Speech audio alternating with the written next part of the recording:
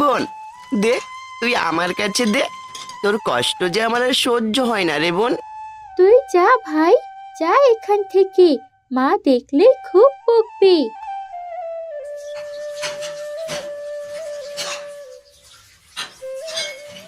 ওরে হতচ্ছুরি, বলি কই গেলি রে?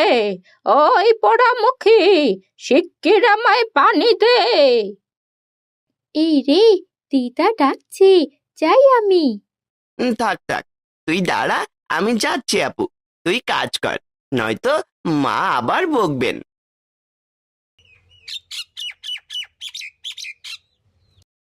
এই নাও দিদা, তোমার জন্য পানি নিয়ে এসেছি। কিরে, তোকে দিয়ে আবার কাজ করিয়েছে? ওরে, কোথায় গেলি? দেখ দেখ, আমার নাতিটারে কিভাবে খাটায়া মারতাছে রে ওই কাল নাকিনি। দেখে যা। না না, আপুকে কিছু বলো না, আপুর কোনো দোষ নেই মা।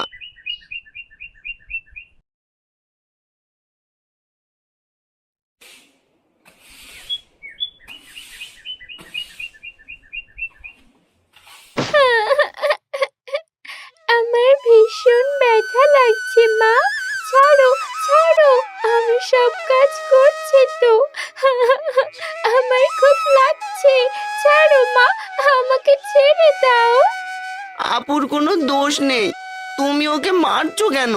ছাড়ো ছাড়ো মা, ছেড়ে দাও আপুকে। তোর এত দরদ উতলে পড়ে কি করে? তোর কি হয় ও, হ্যাঁ? ও তো আমার বড় বোন মা, আমার বড় আপু। তুমি ওভাবে আপুকে মারতে পারো না। শোন, তাড়াতাড়ি এগুলো কাজ শেষ করে ঘরদোর মুছে ফেল, নয়তো তোর ভাগ বন্ধ। আমার যে তোমার কষ্ট আর সহ্য হচ্ছে না দিদি।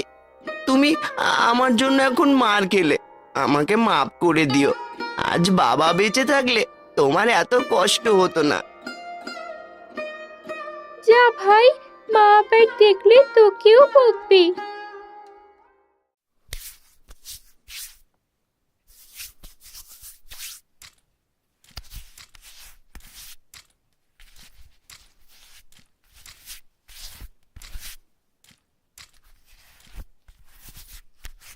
দিদা, আপু তো ঘর মুছছে, আর তুমি ওর ওপর দিয়ে বারবার যাওয়া আসা কেন করছো? তুই চুপ কর। ও একবারে মুছলে ওর তো কাজ করা শেষ হয়ে যাবে, এরপরে যে গিলতে বসবে। আমি ওর কাজ বাড়িয়ে দিচ্ছি। না না, তুমি এমন করো না। যাও, তুমি বাইরে যাও, আপুকে কাজ করতে দাও। দেখতে পাচ্ছ না আপুর কত কষ্ট হচ্ছে? তোর আপু তোকে এসব শিখিয়ে রাখে বল? বড্ড বার বেড়েছে। না না দিদা, তুমি এখানেই থাকো, আমার সমস্যা নেই, আমি কাজ করছি।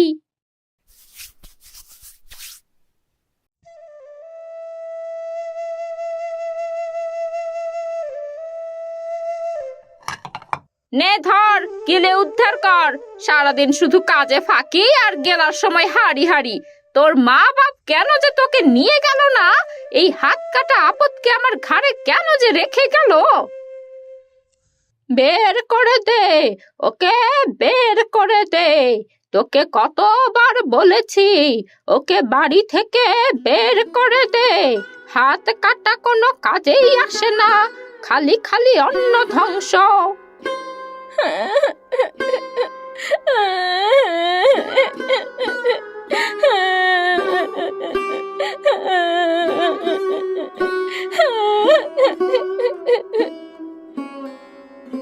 তোমরা এবার চুপ করো। সারাদিন তোকে গরুর মতো খাটাও, দুমুঠো ভাতও ঠিক মতো খেতে দাও না। এখন খাবার সময় অন্তত ভালোভাবে খেতে দাও। হয়েছে হয়েছে, তোর এত দরদ দেখাতে হবে না। এই শোন, খেয়ে দে জঙ্গলে যাবি, শাক পাতা তুলে আনবি। ঠিক আছে মা, যাবো আমি।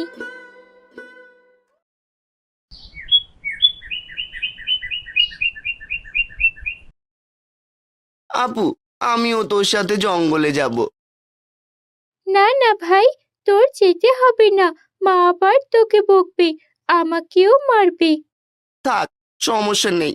আমি খেলা করার কথা বলে বাড়ি থেকে বের হয়ে যাব। তোর যদি আজ দুটো হাত ভালো থাকতো তাহলে তোকে বলতাম এই অত্যাচারীদের থেকে চলে যেতে। আমি যে আজই চলে যাব ভাই, আর থাকবো না এখানে, অনেক দূরে চলে যাব।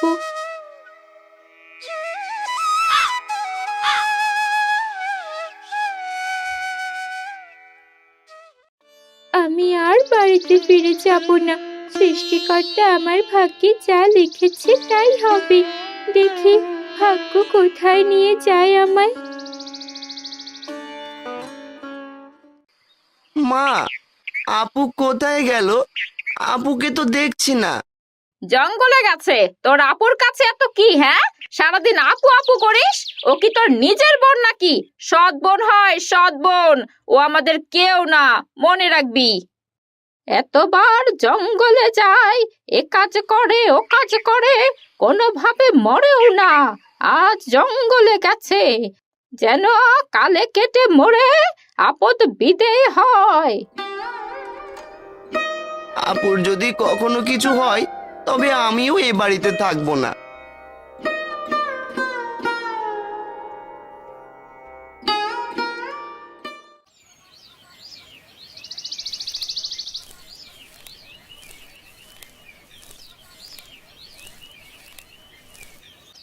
সন্ধ্যা গড়িয়ে রাত নামতে চললো, আপুর দেখা তো পেলাম না। ও তো শাক পাতা তুলতে এসেছিল।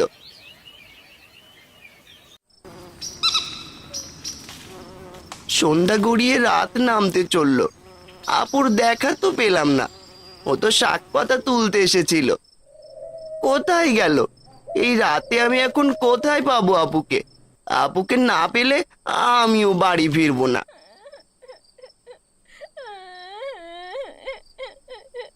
আরে, কেউ তো মনে হচ্ছে কাঁদছে।